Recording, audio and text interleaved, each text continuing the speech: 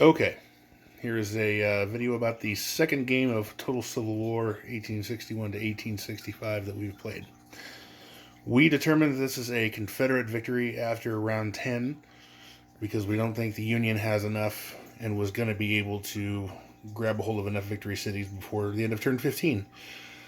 The areas South Missouri, Western Kentucky basically transferred back and forth. Very bloody battles. They will sing songs about the blood spilled in those places. We had large naval battles. We've got a couple of fleets up here going at it. There was a cavalry breakthrough here in Tennessee, but General Wagner was about to do his best to swallow that up, and this was after the Union's turn, and it looks a little bit skewed toward the Union because they kind of went balls out at the end of turn 10 and did a little bit more than they would have expected. The decisions in turn 10 were influenced by the fact that they knew that it was going to be the final turn. But we still don't think the Union would have been able to get enough victory cities in the time that was remaining in the game. So spies didn't do much, fought against each other a couple of times, didn't do much of anything.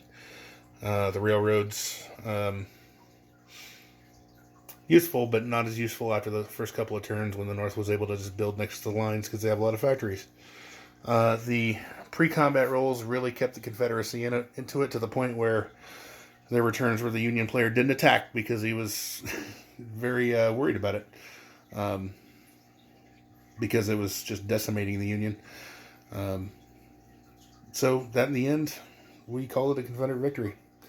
But everything's basically emptied up to the lines, and all this resupply was happening from the factories close to the lines. So that really lessens the effectiveness of the railroads, unless you're able to cut the North in half, which did happen at one point. The North was cut in half, but it was quickly broken. They weren't able to get too much. The South wasn't able to get too much there into Cleveland to really break them in half. So, and then that's what's remaining over there.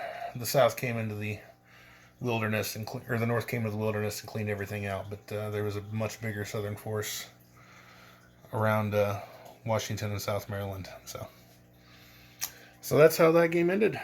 We look forward to playing some more rounds. The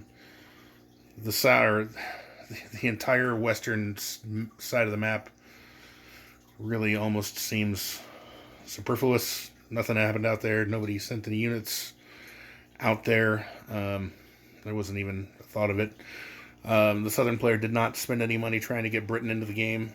I think we'll probably try a version sometime soon that has Britain and Mexico in the game in some sort of way, because that would be fun. So, all in all, it was a good time, and thanks for watching.